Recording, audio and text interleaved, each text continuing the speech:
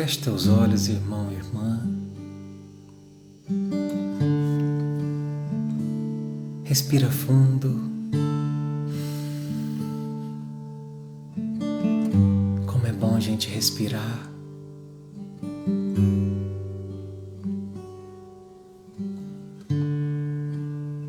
O oxigênio da vida.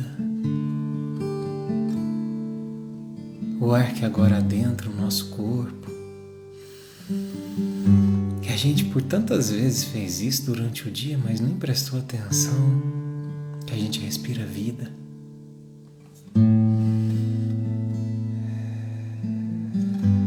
Então a gente começa a nossa viagem, cada um sentando no seu banquinho,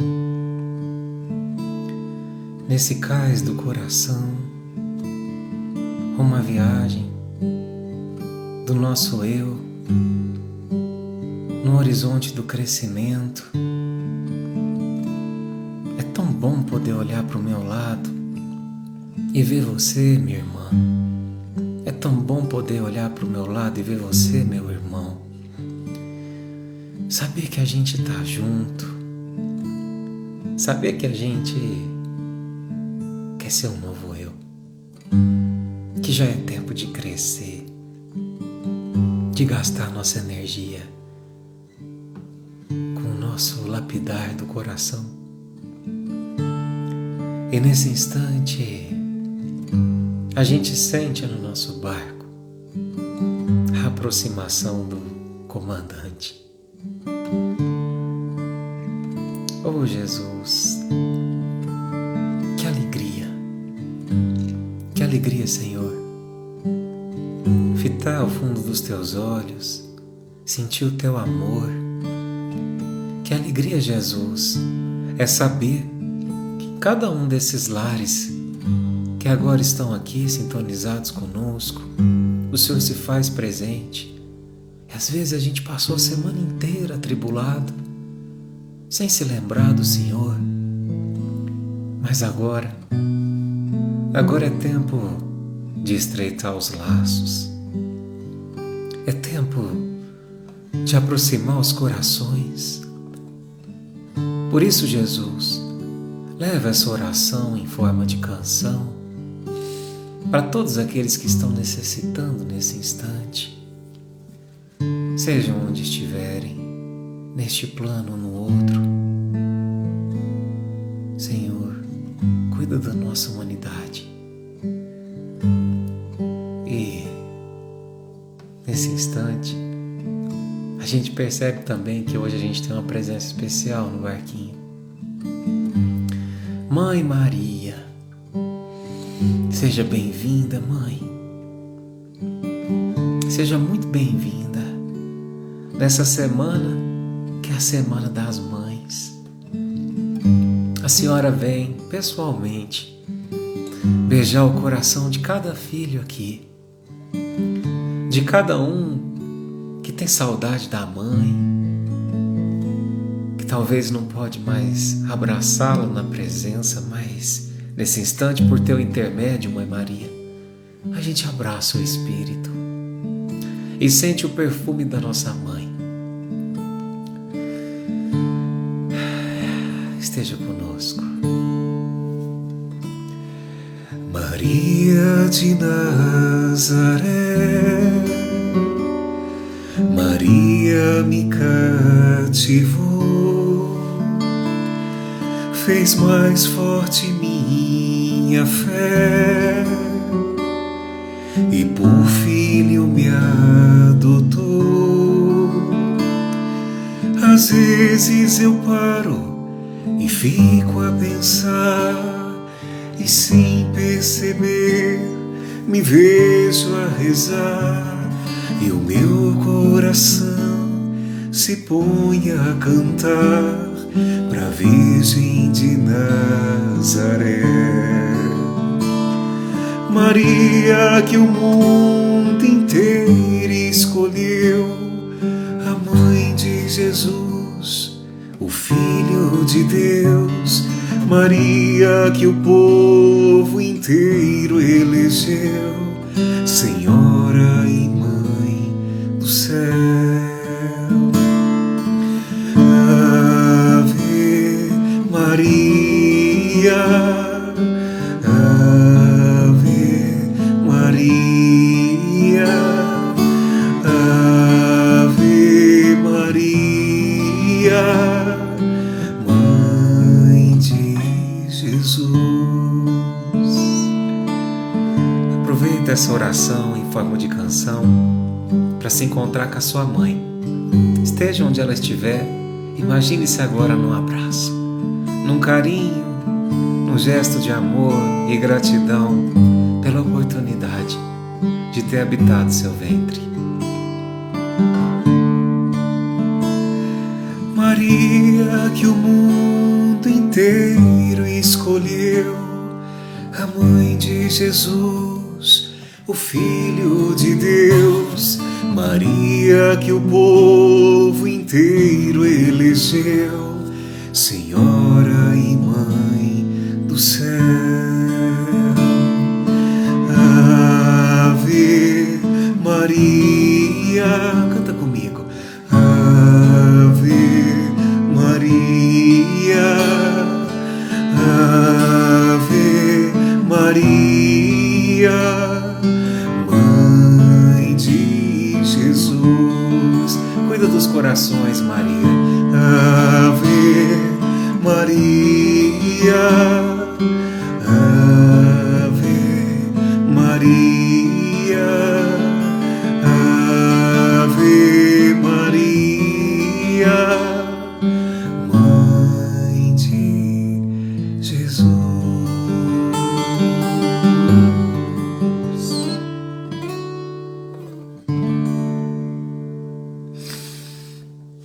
Que assim seja.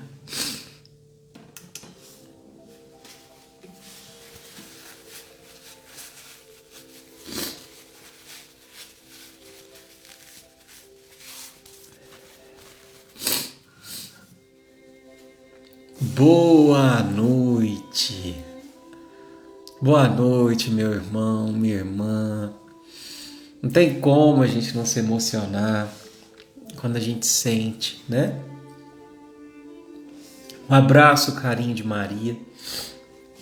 Eu falo que de todos os grandes espíritos aí, claro, sem querer comparar, mas eu tenho uma ligação muito forte com Maria. Então, parece que toda vez que eu levo o pensamento a ela, eu sinto a presença, sabe? E hoje eu tenho certeza que ela passou aqui e talvez até esteja conosco, dando um beijo em cada um, em cada coração, né? Porque mãe é mãe. Mãe é o adjetivo mais forte que existe, né? Obrigado, Maria. Meus irmãos, vou pedir licença para a gente desligar os comentários, tá? Para a gente focar aqui no nosso estudo de hoje. Aliás, hoje, meus irmãos, não tem estudo. Hoje é prece. Hoje é a gente abrir o coração, deixar vir a mensagem, né? Que os espíritos amigos, que Jesus, ou seja, como você chame, tem pra gente, né? Então, seja muito bem-vindo, você que está vindo pela primeira vez. Obrigado pelo privilégio da sua companhia, você que está aqui há tanto tempo. Então, vamos navegar? Vamos ver o que Jesus tem pra gente hoje? Então, meus irmãos, a gente sempre começa, né? Hoje eu vou começar pelo livro Minutos com Chico Xavier, tá? Então, vamos lá. Esse é o livrinho que a gente pergunta, né? Minutos com Chico Xavier. Antes da gente começar a live, eu estava assistindo uma entrevista da Hebe Camargo, né? Que já desencarnou, com o Chico. Meu Deus do céu. Que luz, né? Que o Chico tem. Então, vamos ver o que ele tem para nos ensinar hoje. Então aqui, como sempre, eu mostro para vocês que não tem uma página marcada. Então eu vou pegar e vou abrir aqui. Vamos ver o que tem pra gente hoje. O capítulo de hoje chama-se Cura da Obsessão, certo? Então diz assim, abre aspas, que essa frase é o Chico falando, né?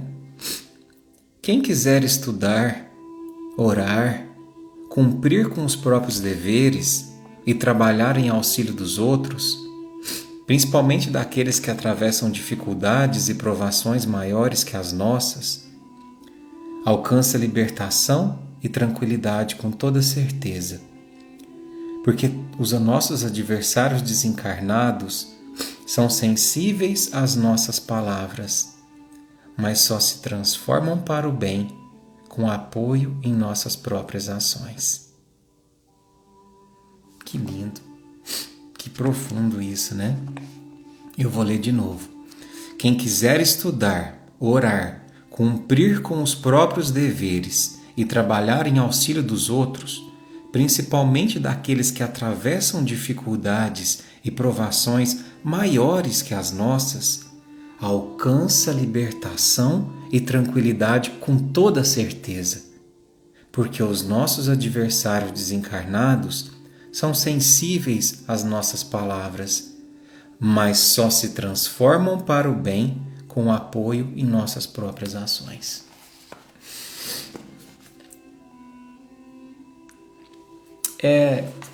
Me veio aqui uma pergunta que um dia me fizeram, né? Acho que é a curiosidade da gente ser espírita, né? Muita gente pergunta, né, sobre a questão dos espíritos desencarnados. E um dia uma pessoa chegou direto para mim e falou assim: Eduardo, macumba pega? Eu até assustei, né? Mas como assim? Macumba pega na gente? E aí, por que eu comecei com essa pergunta, né? Que as pessoas às vezes falam assim, mas parece que jogaram uma olhada em mim, parece que eu estou sentindo um peso, aqui em casa está pesado o ambiente, no meu trabalho, no meu relacionamento, eu sinto que tem alguma coisa atrapalhando, né? Como lidar com isso, né? Como lidar com essa situação, independente de como você chame, né? O Chico nos dá a receita aqui nessa frase, meus irmãos, né? Ele diz que se a gente de fato falar coisas boas, a gente muitas vezes inspira, né? Muitas vezes quem nos persegue, quem está perto da gente para fazer o mal, mas quando a gente se torna o bem, quando se vê o esforço da gente se tornar um ser novo, muitas das vezes acontece duas coisas. Ou esse irmãozinho desiste da obsessão, vamos dizer assim, porque ele vê em nós um ser muito diferente daquele que ele obsediava. E a gente se transforma tanto que ele fala, bom, mas eu tô aqui tentando fazer um mal para Maria, para o João, para o José, mas ele não é mais o mesmo daquele tempo em que me fez um mal, em que agiu contra a minha família, porque a gente muitas vezes, né, fala assim, mas espíritos obsessores são espíritos maus. Não é que são espíritos maus. Eu não gosto dessa palavra mal. Eu gosto de substituir por ignorante. E ignorante é todo aquele que caminha avesso ao bem. Então, meus irmãos, para quem acredita, né? Muitas das vezes a gente em outras vidas fez o mal. E fez um mal bem feito mesmo, né? Um mal assustador, né? Que nós próprios iríamos nos assustar se a gente soubesse, né, o que fizemos. E então a gente gerou um sentimento de raiva, de vingança, de revolta em quem foi ofendido pelo nosso mal. E aí quando essa pessoa desencarna, muitas vezes ela tem acesso livre a gente, ela não consegue se desfazer daquele sentimento de raiva e passa a nos, entre aspas, obsediar. Isso que é a obsessão, né? Não tem nada de, é fantasma, não. Quantas vezes a gente é obsediado encarnado, não é? Às vezes a gente no nosso trabalho começa a destacar, aí uma pessoa nos inveja, né? Às vezes a gente começa a querer se ter um comportamento bom e às vezes a pessoa nos critica, e quando a gente também erra, né? Nós sofremos a obsessão. Quando a gente trata um funcionário, por exemplo, alguém que é subalterno nosso mal, às vezes ele não obsedia com a palavra, mas ele obsedia com o pensamento. E o pensamento também é vivo. Por isso, que quando a gente se predispõe a fazer o bem, a gente só ganha. A gente só ganha, né? Se vocês já assistiram o filme do Divaldo, a gente vai ver um personagem ali, né, que é o espírito chamado Máscara de Ferro, que é um espírito que perseguiu o Divaldo quase que a vida toda, né? Eu vou dar um spoilerzinho, mas acho que quase todo mundo deve ter visto, né? Mas era um espírito que perseguiu o Divaldo porque ele tinha um ódio muito grande.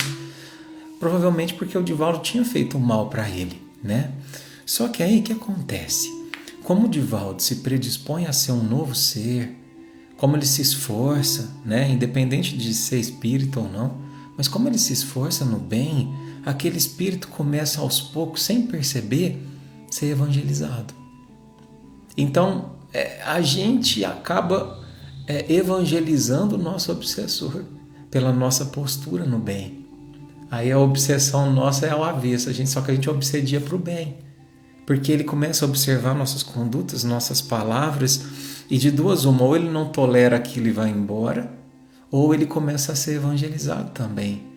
Até que chega o ponto, né, de um gesto de amor lindo que o Divaldo tem, que ele recebe uma criança, né, lá na mansão do caminho, e aí quando as enfermeiras vão levar aquela criança para o Divaldo, falam, olha aqui, abandonaram uma criancinha, não tem mais espaço para essa criança. E o Divaldo fala assim, tem sim, aqui tem espaço, para o amor sempre tem espaço, né? E aí ele recebe aquele bebezinho, e aí o que a espiritualidade comunica a ele? Que aquele bebezinho era a mãe do espírito que obsediava o Divaldo, o Máscara de Ferro. E aí quando o Máscara de Ferro vê o Divaldo acolher aquele bebezinho com tanto amor, o resquício de mágoa que ele trazia dentro dele some, desaparece. E ele é socorrido. Então, entende, meus irmãos, o quanto a gente só ganha se transformando para o bem? E a gente não precisa ficar preocupado se macumba pega, se tem mal olhado, se tem uma entidade, enfim. Só tem que se preocupar em policiar nós mesmos, os nossos gestos, né? Mas vamos para frente? Vamos ver a interpretação do De Luca sobre essa passagem do Chico. Ele diz assim, sem fazer disso motivo de pânico, o homem precisa considerar a possibilidade de contar com adversários domiciliados no mundo espiritual. Eu não li, viu? Mas ele está alertando justamente pelo que a gente falou. Mas não precisa ter pânico. Ai, Deus me livre, tem entidade que perde mim. Não precisa ter pânico. É o que seremos no amanhã. Deixamos o corpo de carne e seremos espíritos, né? Na maioria das vezes, esses espíritos são nossos conhecidos. Gente que conosco conviveu nesta ou em outra existência e que guardou algum ressentimento por algo que lhe fizemos e ainda não foram capazes de nos perdoar. Eles não querem nos ver felizes, porque eles mesmos não estão felizes presentemente. Sofrem e por isso querem nos fazer sofrer. Então você vê, né? Muitas das vezes a gente faz isso em vida com as pessoas.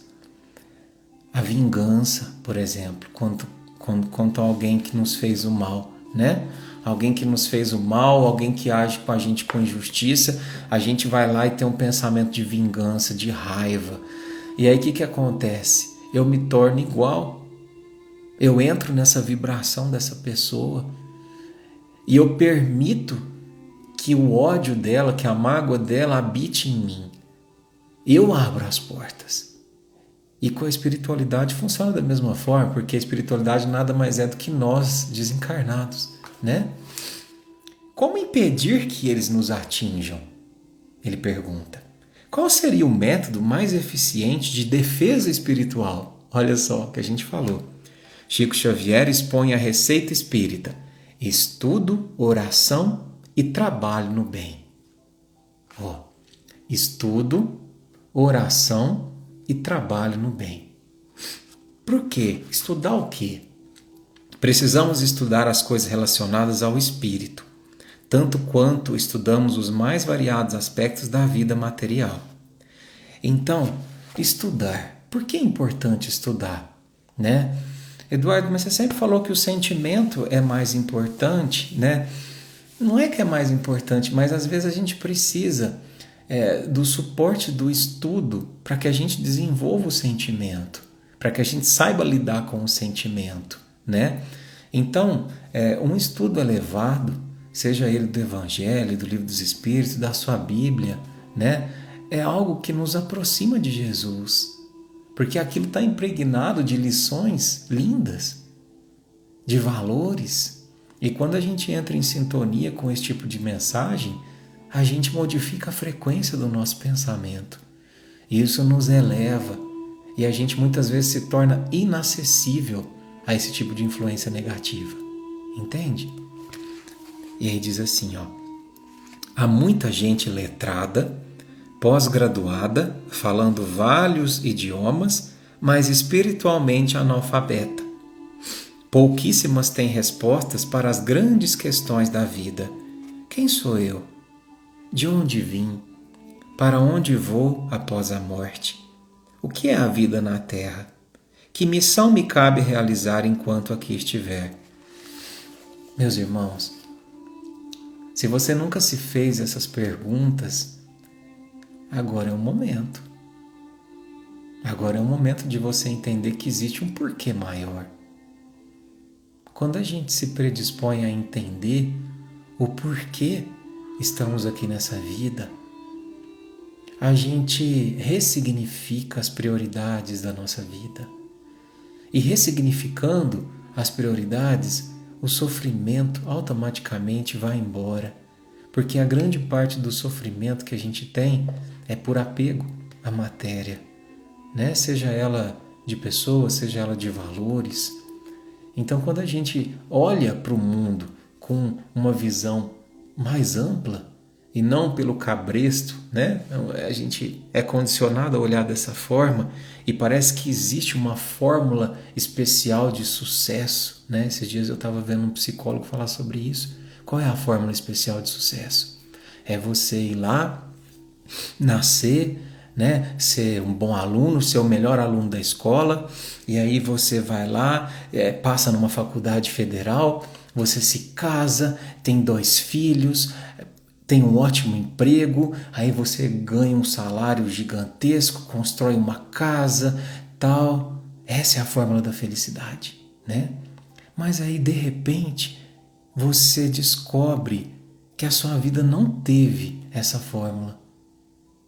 Que de repente você não conseguiu se formar, ou que você não conseguiu um parceiro amoroso, ou que você não teve um pai, não teve uma mãe, e aí a sua fórmula da felicidade destoa, e aí você naturalmente pensa o seguinte: eu nunca vou ser feliz porque a minha vida destoa totalmente dessa fórmula da felicidade.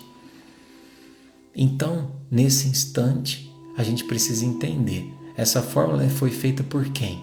Por Jesus ou pelos homens? Entende? E é nesse instante da nossa vida que a gente para e reflete: quem sou eu? De onde eu vim? Para onde eu vou? O que é a vida na Terra? Qual a missão que me cabe realizar? E aí a gente se liberta dessa fórmula da felicidade, porque não importa como transcorreu os acontecimentos externos da nossa vida. Importa no crescimento interno que eu tive enquanto eu passei por todos esses episódios. Se a gente for pensar assim, o Chico, por exemplo, foi uma criança que apanhava muito, que perdeu a mãe ainda, né, pequenininho, que foi humilhado a vida inteira, que foi menosprezado, né, que foi sempre pobrezinho, né? Hoje eu estava vendo uma entrevista que falou assim que o Chico, ele demorou, não sei se alguém aqui já teve a oportunidade de visitar a casinha dele em Uberaba. É a coisa mais linda, mas assim, é linda a humildade. É uma casinha pequenininha, com uma caminha, com aquele banheirinho simplesinho, aquele azulejinho azul, verde piscina, sabe? Aquela bem antigo, quase a gente não cabe lá dentro. Uma casinha minúscula. E sabe quanto tempo ele demorou para fazer aquela casinha? 2 anos. Sabe por quê? Porque ele não aceitava doação de ninguém para construir os bens próprios. Ele pagava ali com o dinheirinho suadinho que ele ganhava, né, no Ministério da Agricultura, trabalhando ali como um funcionário simples, né? Então, o que dizer, né, desse avesso da fórmula da felicidade? E o Chico morreu feliz, com a sensação de dever cumprido, porque ele levou na mala da vida tudo que ele podia levar, né? A mala dele foi cheia, precisou uma carruagem para poder levar, né? E às vezes a gente segue essa fórmula da felicidade e nossa mala está vazia. O banco está cheio, mas a mala está vazia. O que adianta? É aí que muitas vezes nasce o vazio existencial. Não como punição, mas como um sopro divino que te fala assim: oh, acorda, é hora de você ressignificar algumas coisas. Porque você alcançou a fórmula da felicidade e não está feliz. Então, de duas uma, ou essa fórmula está errada, né? Ou então alguém precisa de rever alguns conceitos, né? Mas vamos lá. Chico faz menção ainda à oração como terapia defensiva contra o assédio do mal. Quem ora eleva seu padrão de energia, pairando em faixa superior àquela onde se encontram os nossos desafetos.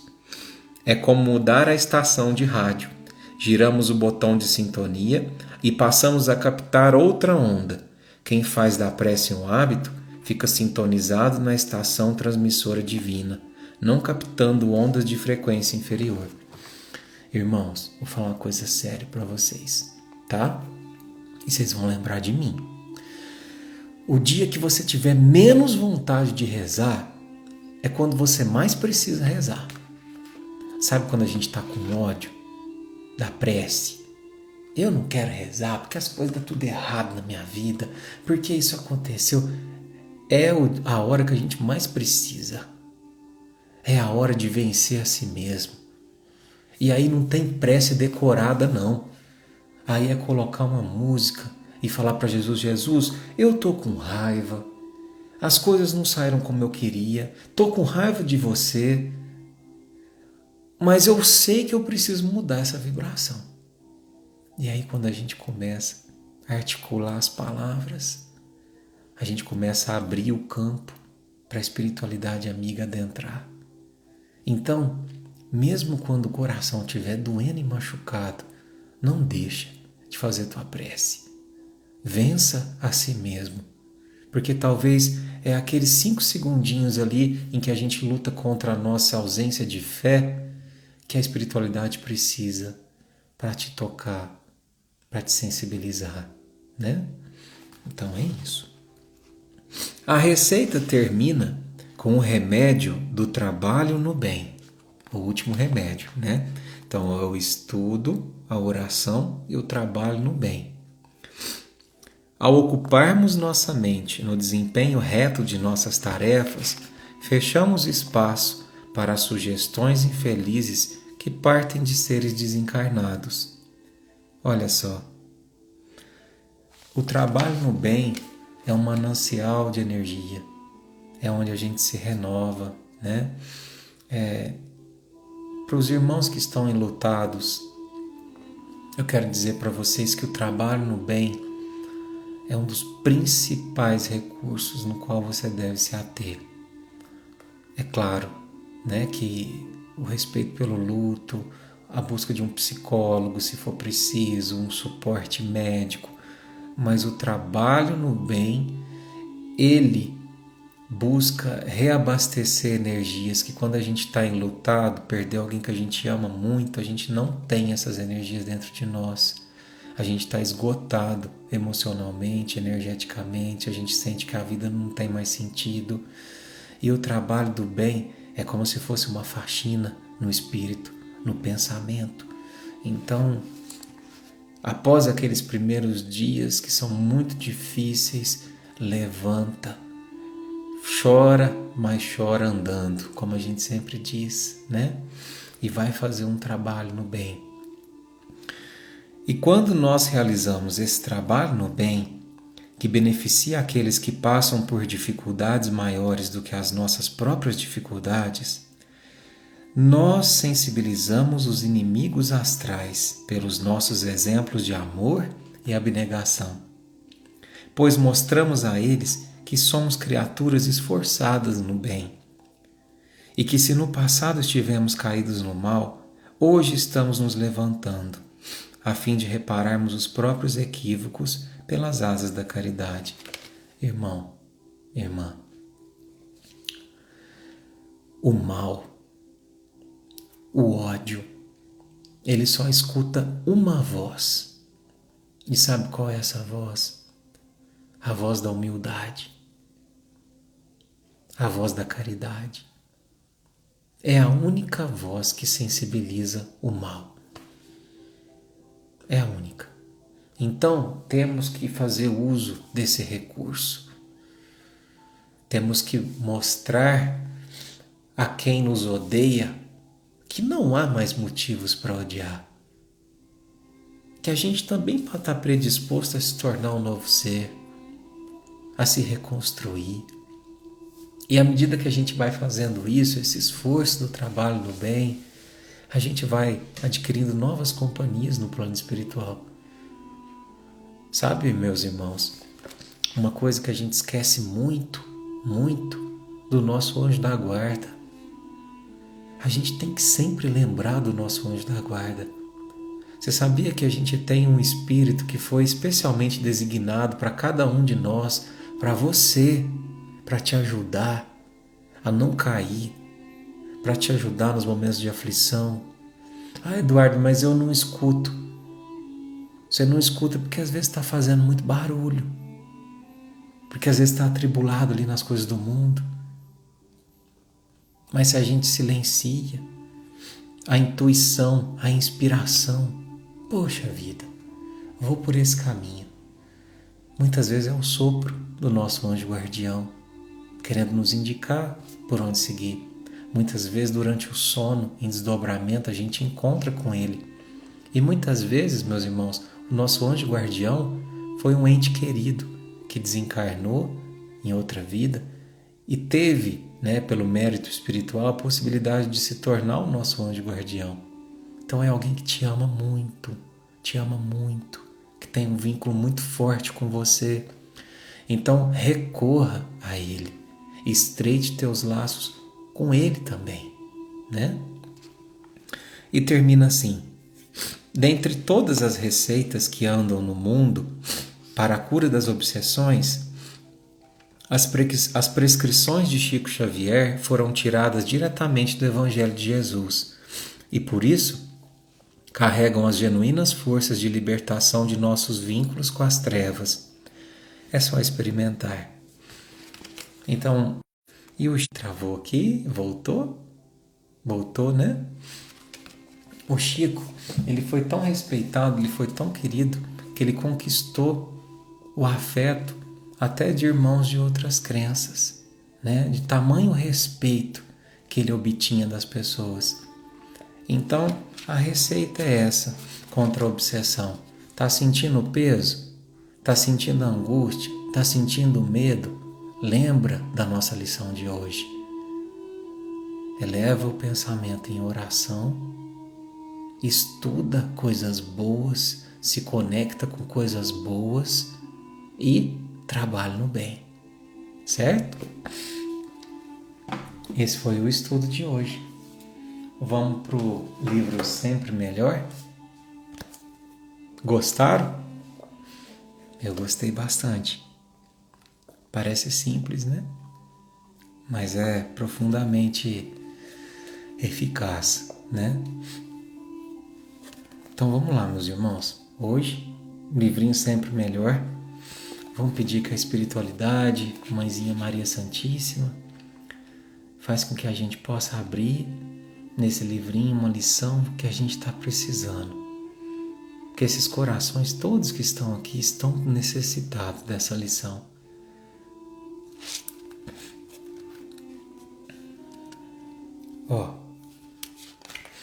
Vai falar um pouquinho do pensamento. O pensamento é uma poderosa força eletromagnética que pode abrir portas ou fechar caminhos. A alma, ou espírito, é um ser essencialmente energético, e sua energia varia de acordo com o padrão de pensamentos e sentimentos que está irradiando. Sempre tem a ver, né? As duas lições, é impressionante. Por que será que está falando do pensamento, irmãos? Como é que está seu pensamento, meu irmão, minha irmã? Está vigiando? Eduardo, eu ando pensando tanta coisa ruim, tanto sofrimento, tanta tragédia. Como é que eu faço para combater o pensamento? Essa que é a ideia. Pensamento a gente não combate. Pensamento, ou a gente ocupa o espaço dele com outro tipo de pensamento, ou a gente agradece e deixa aí, né? Eu quero recomendar para quem não tem o hábito, né, começar a meditação, né?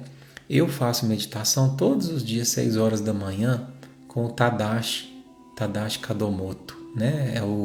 Tem o Instagram dele e é muito bom, porque ele fala assim, que para as mentes que se ocupam muito, né, que às vezes você está assim no decorrer do dia e vem um pensamento ruim na nossa cabeça, às vezes a gente chega até a chacoalhar a cabeça, né? Ele fala assim, que a gente não tem que falar assim, não, eu não vou pensar nisso, porque se eu falar para você agora assim, não é para você pensar num elefante azul, você vai pensar, porque o cérebro não entende ele. Então o que a gente faz quando o pensamento vem, pensamento ruim? A gente agradece por ele, obrigado por esse pensamento, mas pode ir, porque esse pensamento não tem lugar para habitar em mim. E a gente permite que ele se vá. Primeira vez que eu escutei isso, vou confessar para vocês, eu achei meio bobo, sabe? Meio esotérico, mas eu comecei a praticar.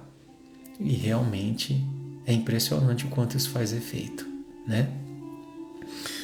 Bom, mas vamos para frente. Eu tô aqui para ser sincero e falar a verdade. Me perdoem a sinceridade, mas eu sou só um ser humano, né? Então, tudo que funciona para mim eu sempre vou trazer para vocês, tá? Quando alguém alimenta pensamentos tristes, estará produzindo uma energia negativa correspondente. Olha só. E essa energia se volta contra a própria pessoa que a produziu, deixando-a abatida, doente e sem forças para enfrentar os desafios da sua vida. Nenhum tipo de pensamento deixa de ser compartilhado pelo corpo. Isso é sério, hein, meus irmãos? Nenhum tipo de pensamento deixa de ser compartilhado pelo corpo. Então, o pensamento, muitas vezes, é como se fosse um manancial, né? Um vaso. E o nosso corpo tivesse pequenas irrigações. O que eu coloco naquele vaso, ele atinge cada parte do meu corpo. Então, o que eu quero dizer com isso? Eu sei que a gente está vivendo tempos difíceis. E eu sei que é natural a gente ter um dia triste, um dia de aflição, de desespero. Mas você nunca pode dizer o seguinte: eu sou triste. Eu me tornei triste. Eu me tornei vazio. Não. Eu estou passando por um momento de tristeza, no máximo. Mas eu sei que ele vai passar. Porque eu estou fazendo a minha parte para ele passar. Então, isso que a gente tem que internalizar. Essa proposta de mudança, né? E aí ele encerra assim: a mente está conectada com cada célula do nosso organismo, de modo que qualquer tipo de pensamento positivo ou negativo reverbera em cada célula e em cada órgão do corpo. Tá vendo? Então a mente está conectada com cada célula. A gente desconhece, meus irmãos, o poder da mente. A mente não precisa do corpo para estar funcionando. O espírito não precisa do corpo para estar funcionando. Ainda hoje, eu estava vendo uma irmãzinha falar que ela trabalha num hospital na UTI, né? Ela é psicóloga dentro dessa UTI, psicóloga hospitalar. E olha o que ela trouxe para mim, né? Para os amigos.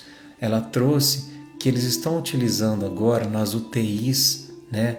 Em razão que tem muita gente entubada, no coma induzido. O que eles estão fazendo? Eles gravam, né? Pega a família, grava uma mensagem da família de voz pelo áudio, né? Pelo WhatsApp, por exemplo, e passa, né? E passa para o paciente que está em coma induzido. Coma induzido. Não tem resposta ali racional nenhuma. E quando, pasme, o paciente desperta, ele se lembra da mensagem. E aí, a hora que ela me falou isso, até coçou, sabe? Mas eu não era um contexto religioso, eu não podia falar nada. Mas eu simplesmente me lembrei de que o espírito é liberto. E o poder da mente, ele está muito mais condicionado ao espírito do que ao corpo. Por isso que eu sempre falo para vocês, Eduardo, minha mãe partiu, meu pai partiu, meu companheiro partiu sem que eu tivesse a oportunidade de dizer o que eu queria, o que eu sentia. Diga agora. Ah, mas ele vai ouvir? Se até em coma a gente escuta. Que dizer de um espírito liberto da matéria que agora não tem nenhum tipo de empecilho? Ele escuta, ele sente, é materializado.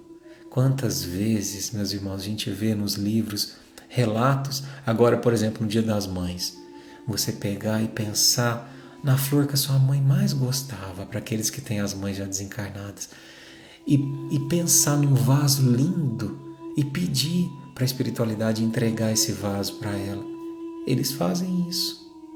Eles fazem isso e entrega presentes, preces, cartas. Claro que tem o momento certo para isso, né? Mas recebe. Todo gesto de amor equilibrado, ele é recebido, né? Então, não esqueçam disso, viu? Meus irmãos, como o tempo passa rápido. Eu não acredito que já falta só 10 minutinhos. Então, meus irmãos, para a gente encerrar o nosso estudo de hoje, que foi muito gostoso, que a gente aprendeu muito juntos, né? Eu gostaria de propor, né, já que a gente falou sobre a questão do pensamento, gostaria de propor um exercício para vocês. Esse exercício, ele não tem nada a ver com questão religiosa. É um exercício utilizado na psicologia positiva, né? E cientificamente comprovado os benefícios dele, principalmente relacionado à questão da ansiedade, principalmente relacionado à questão da depressão, né? E qual é esse exercício? É o exercício da gratidão, né? Então, o que eu vou propor para vocês a partir de hoje, né? Se você está aí agora com papel e caneta, corre lá para buscar. Se você não pode agora, não tem problema. Você depois pausa a live e faz o exercício. Todos os dias, é rápido, tá? Mas todos os dias você vai pegar e vai escrever. Tem que ser em letra de mão, não pode ser no computador, nem no WhatsApp, não. Tem que ser em letra de mão. Três razões pelas quais você é grato no dia de hoje.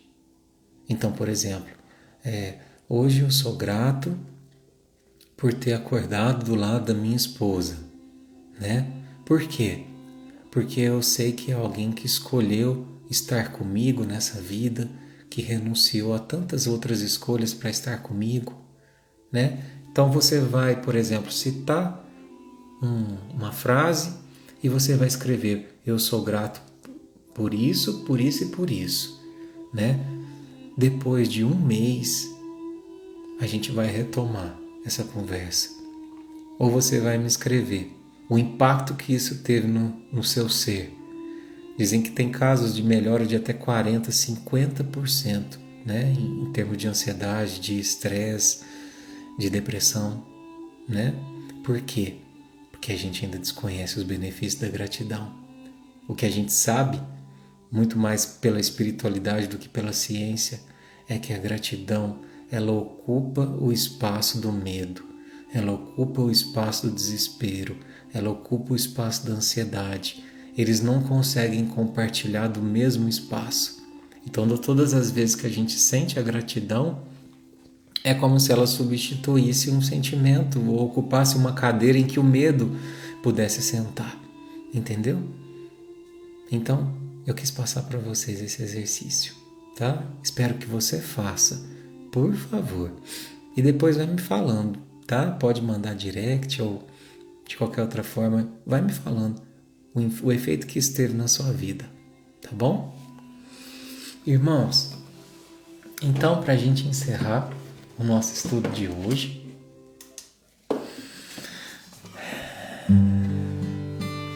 eu gostaria de cantar uma canção em homenagem a todas as mamães. Obrigado, você que é mamãe, seja de corpo, seja de espírito, porque mãe é toda aquela que ama, que acolhe, que carrega, às vezes não no ventre, mas no pensamento, diariamente, um ser amado. Então, nesse instante, feche seus olhos, leva o pensamento até a nossa Mãe Maria Santíssima, agradecendo a ela pelo cuidado maternal que tem com cada um de nós. Se você está precisando do colo dela, encosta a tua cabecinha no manto de luz dela. Enquanto você está recostado naquele manto, de olhos fechados, você agora sente que outra mão segura a tua mão.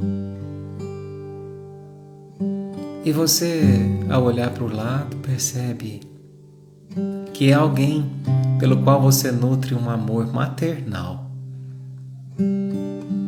Pode ser uma avózinha que você teve, pode ser a sua mãe, que já está no outro plano, ou que está nesse plano.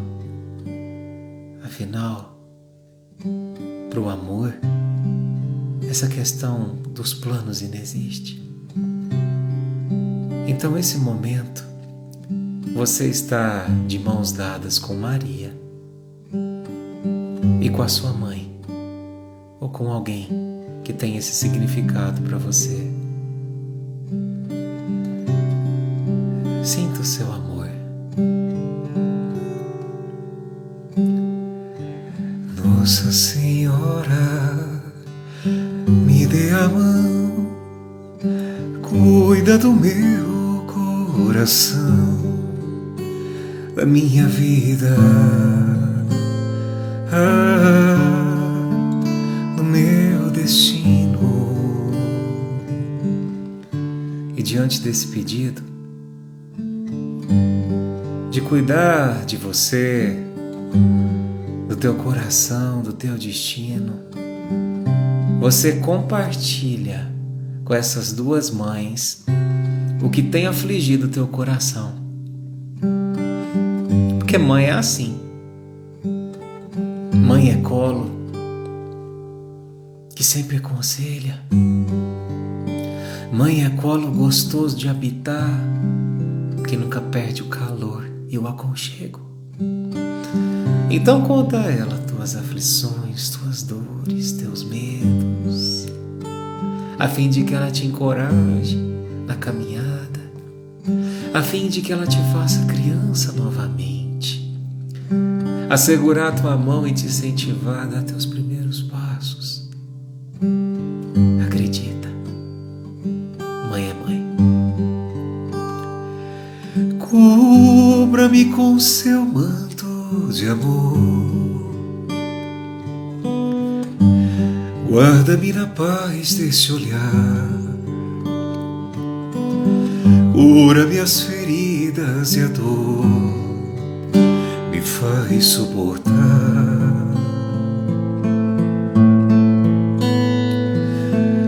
Que as pedras do meu caminho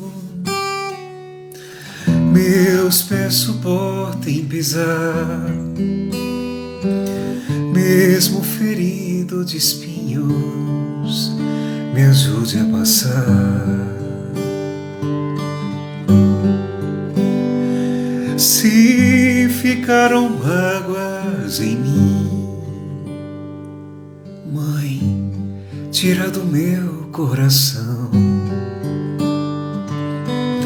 E aqueles que eu fiz sofrer, peço perdão.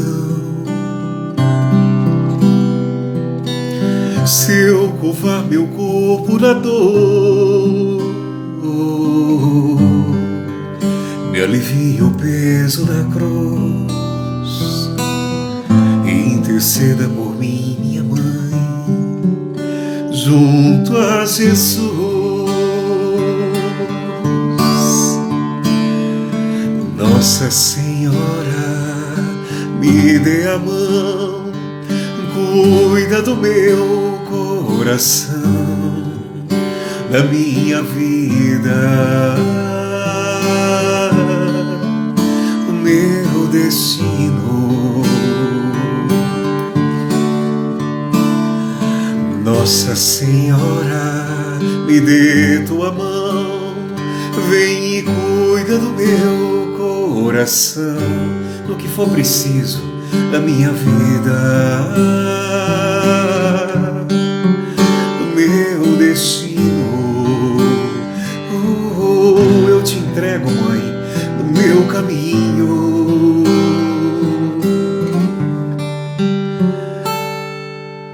Cuida de mim.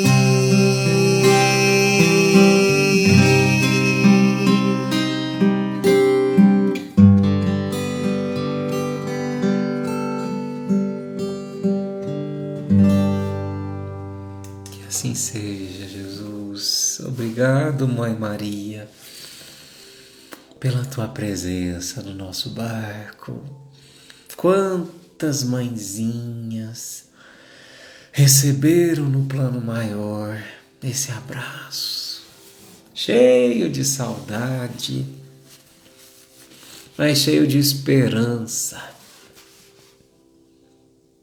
de certeza de que é sempre um até breve, até breve, até breve, irmão, irmã. Muita luz no seu coração. Feliz Dia das Mães. Que Jesus abençoe e Maria habite no coração de cada um de vocês. Deus abençoe todas as mamães. Fiquem com Deus. Até semana que vem.